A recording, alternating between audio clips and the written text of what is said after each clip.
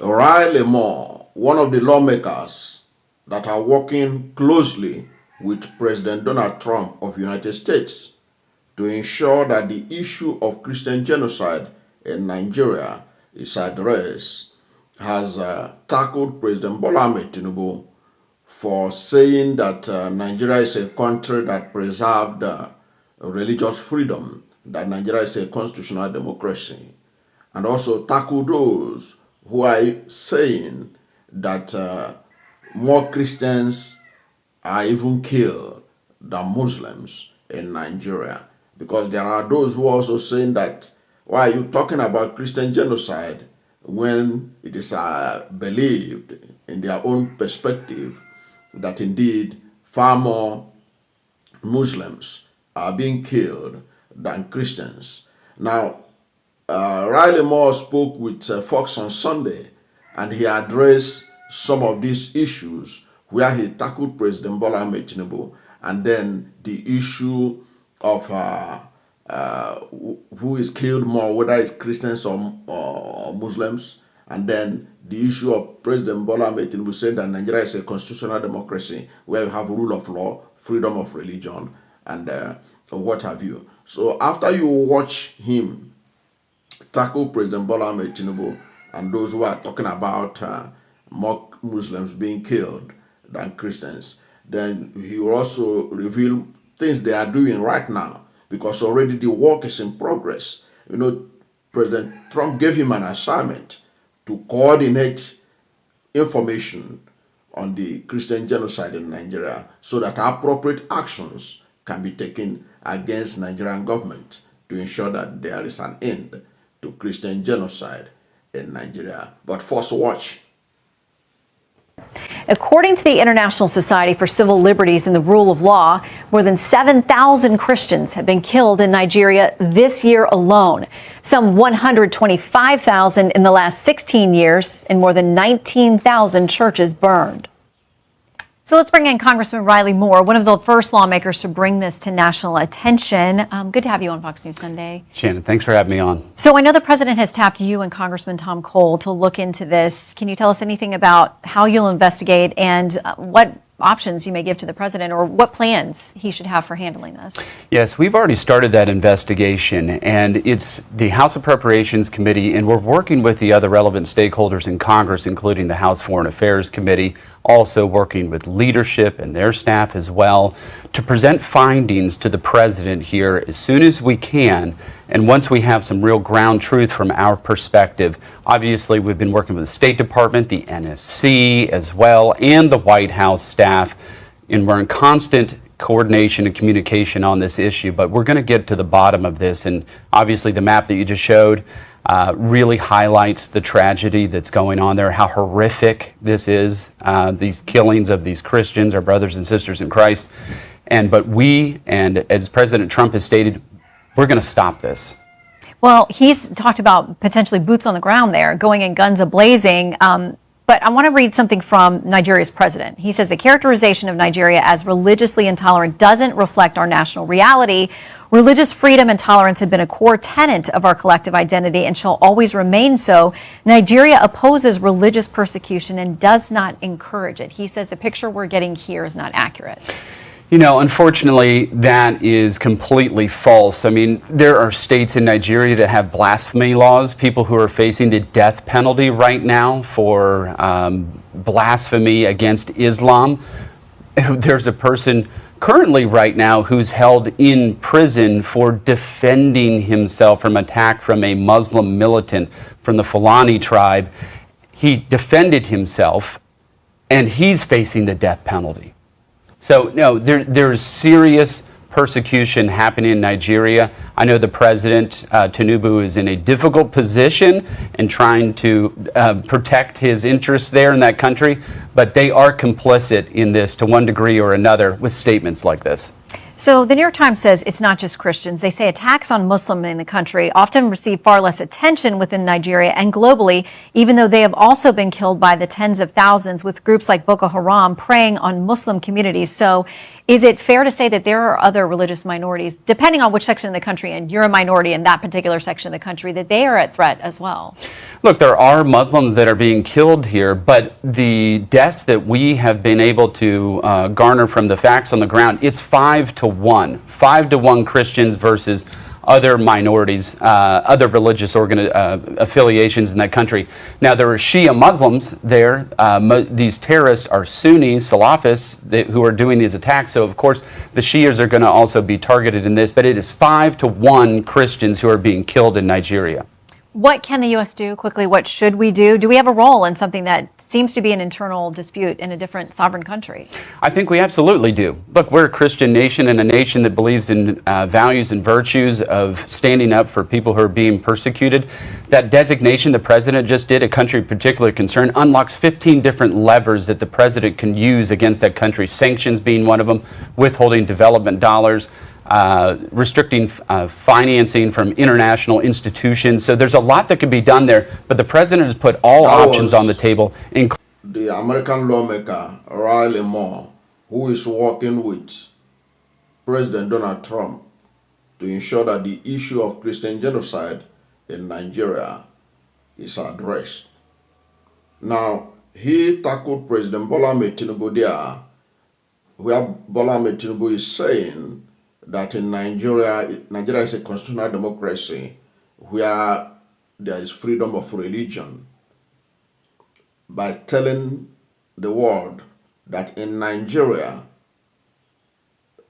that we have 12 states in Nigeria that are operating Sharia and blasphemy laws, indicating that Tinubu lied, that Nigeria people are free to practice their religion as they wish. And you saw him there narrating a story about somebody who is in detention for defending his himself. And that person he's talking about is an Adamawa state farmer, Sunday Jackson. Sunday Jackson was in his farm, his own farm,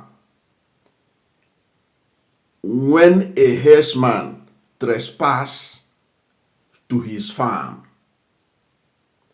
and wanted to kill him.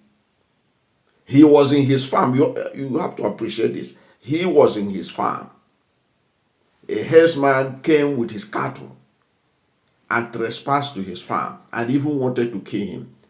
He defended himself. In self-defense, he killed the herdsman. And the herdsman died. This man has been sentenced to death. And the Supreme Court of Nigeria, the judges in the Supreme Court of Nigeria, the Chief Justice of Nigeria is appointed by Tinubu. He appointed many of the judges of the Nigerian Supreme Court. This Supreme Court sentenced a man who was in his farm to death. When the thing was coming from the lower court up to the Supreme Court, people thought that Supreme Court would do the needful and set this man free on the basis of self-defense. Instead, the Supreme Court affirmed his death sentence. Now, Nigerian presidents and Nigerian leaders, they think the world they are not following. I'm just giving you this elaboration because I know that the lawmaker, Riley Moore, has details of it, but he couldn't remember the name, but I'm sure he has the full details. In fact, the whole thing shocked Nigerians, those who are following things, that the Punch newspaper wrote an editorial expressing its disgust about this matter.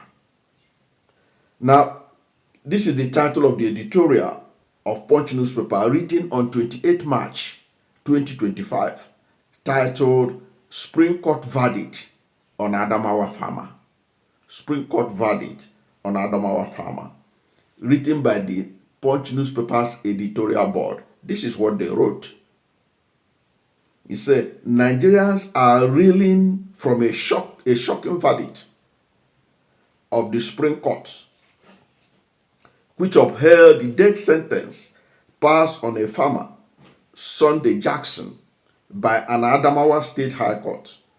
The sentence followed his conviction for killing a Fulani herdsman, Buba Bawuro, in self-defense in 2015. The farmer, who was aged 20 at the time, was fending off an attack by Bawuro as he cultivated the farm through which he was taking care of his wife and daughter. Jackson, a farmer from Dong community in Adamawa State, was working on his farm in the Kodomti community of the Numan local government area when the herdsman allowed his animals into his space to feed on his crops. Though he received injuries from the knife attack by the herdsman, Jackson fought back and killed the assailant.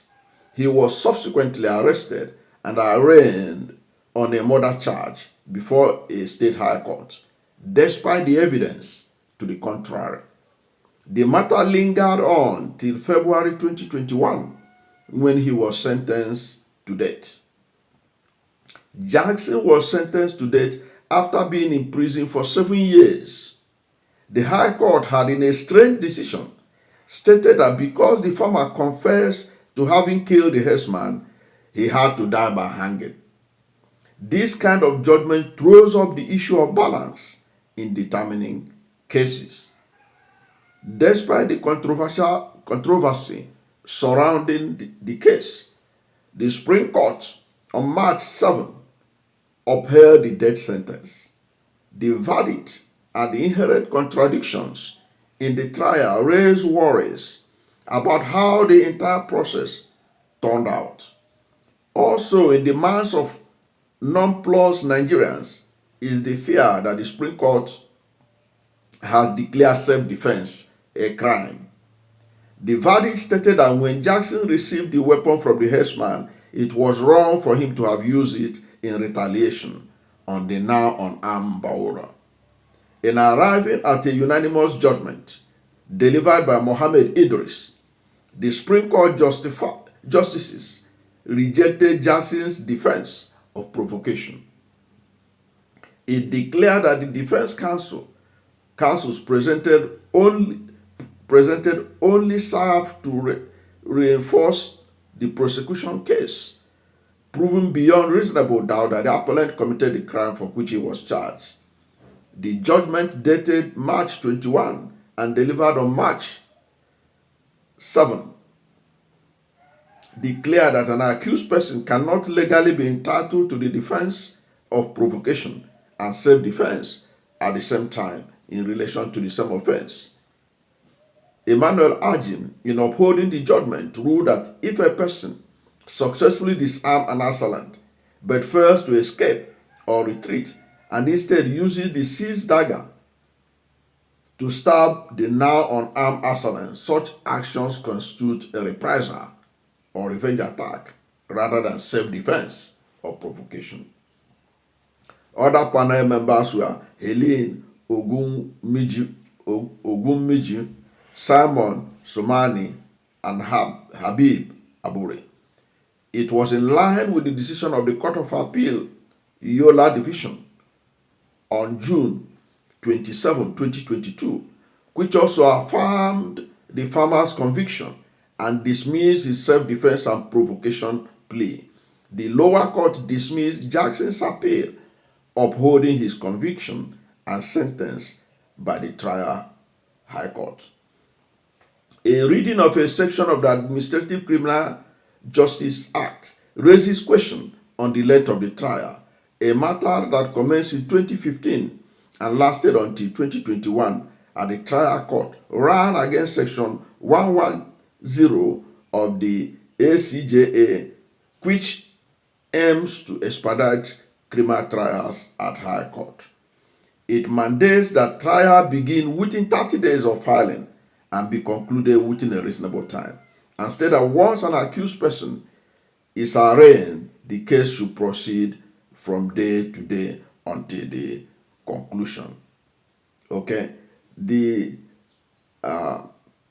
the ACJA directs that parties are entitled to limited number of adjournments with intervals between judgments not exceeding specified period.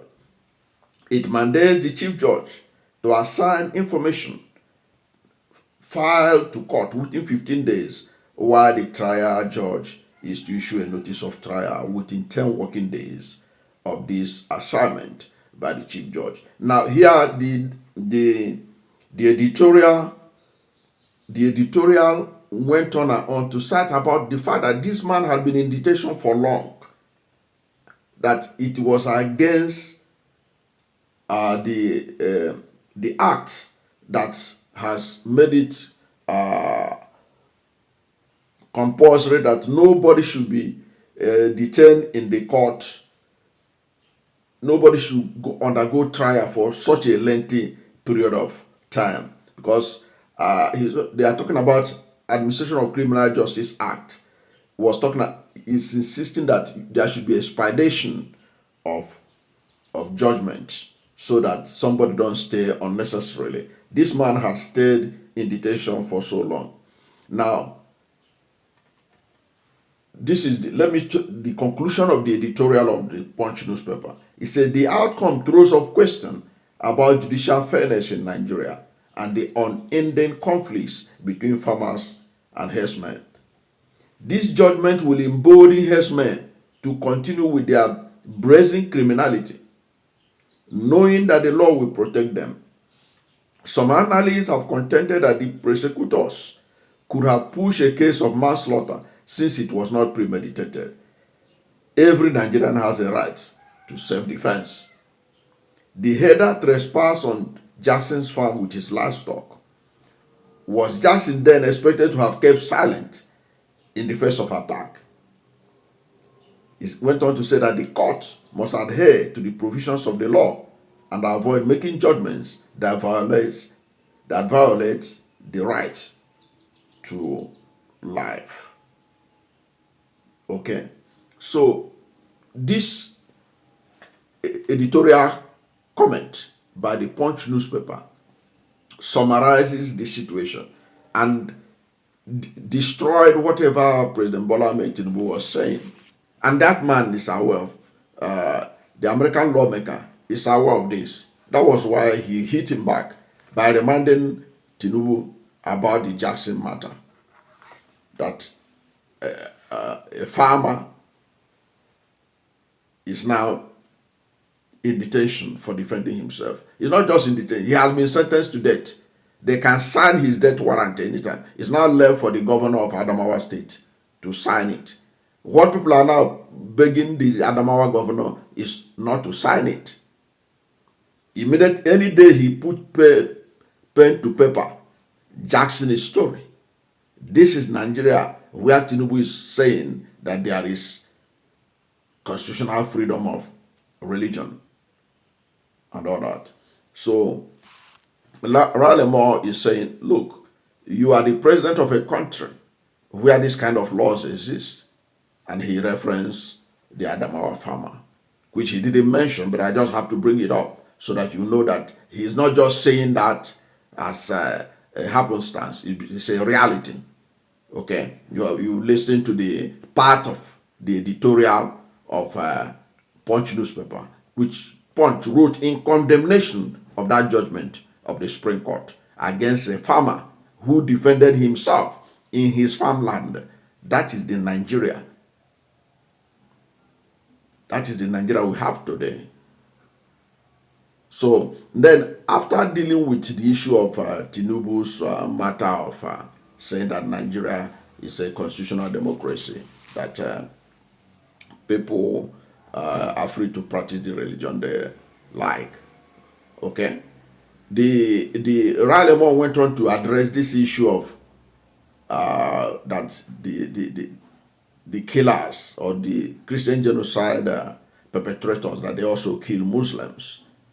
He addressed that by saying the information they have, from the information they have, that most of the people being killed are Christians, and that the Christians are killed 5 to 1 for every one Muslim that was killed, that had been killed in this genocide, that 5 are Christians. For every 1 Muslim killed, 5 are Christians. That's what he's saying, based on the data he has. The data before the United States Congress, which they are working with. Now, that takes care of those who are saying that more Christians, that even more Muslims are being killed by the perpetrators of these killings in Nigeria than Christians. As far as Washington is concerned, the data they have with them is that for every 1 Muslim killed, 5 Christians were killed. And that's what they are working on. And the people that were propagating that is the New York Times. They were regurgitating the government, Nigerian government side of the story, that they have killed more Muslims than Christians. But Riley Moore said, that's not the information, that's not the data we have. That's not the data that is before them. Now, he went on to also talk about other things they are doing to ensure that the perpetrators of Christian genocide in Nigeria does not get away with it. And he said that he sympathized with Tinubu, that he's in a fix, but he cannot continue to lie that all is well with Nigeria in terms of what is happening to Christians in Nigeria. I don't know what to think about Riley Moore's most current interview on Nigerian Christian genocide matter and what Americans are doing about it.